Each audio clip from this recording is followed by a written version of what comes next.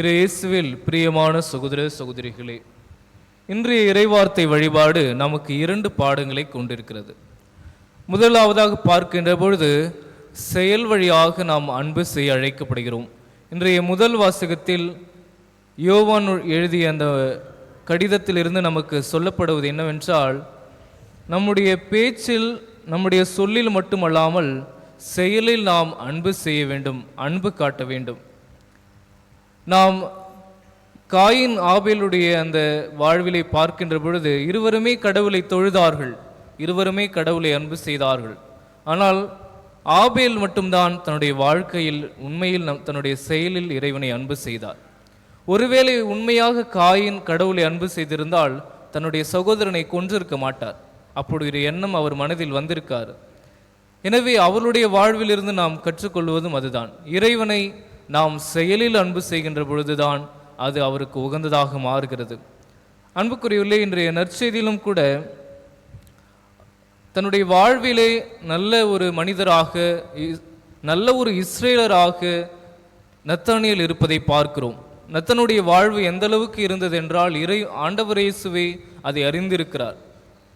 எனவே அவர் அந்த முதல் பாடமாக இன்றைய நற்செய்தி வாசகம் நமக்கு தருவது, இறைவனை நோக்கி ஆண்டவரே ஆண்டவரே என்று சொல்லாமல் அவரை செயல் வடிவிலே செயலின் மூலமாக அன்பு செய்ய நாம் கடமைப்பட்டிருக்கிறோம்.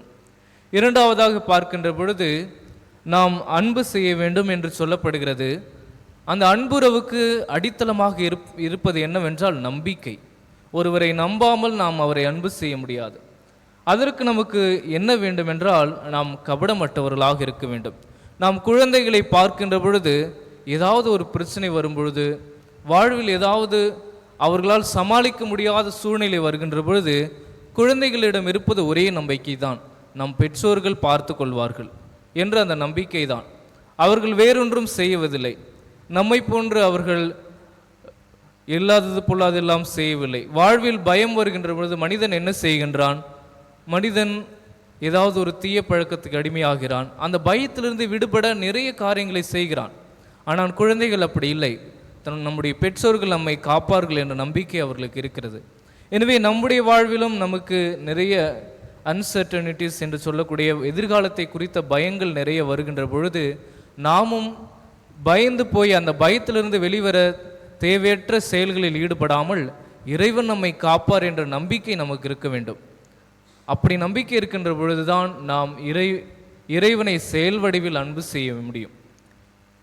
எனவே அன்புக்குரியவர்களே, இந்த 2 பாடங்களை எடுத்துக்கொள்வோம். முதலில் இந்த முதல் வாசகத்தில் வருவதைப் போல இறைவனை செயலில் அன்பு செய்து, வார்த்தையில் இல்லாமல், மேலும் கள்ளம் கபடம் இல்லாமல் இறைவனில் நம்பிக்கை வைத்தவர்களாக வாழ்வை எதிர்கொள்ளவே நாம் முயற்சி செய்ய வேண்டும்.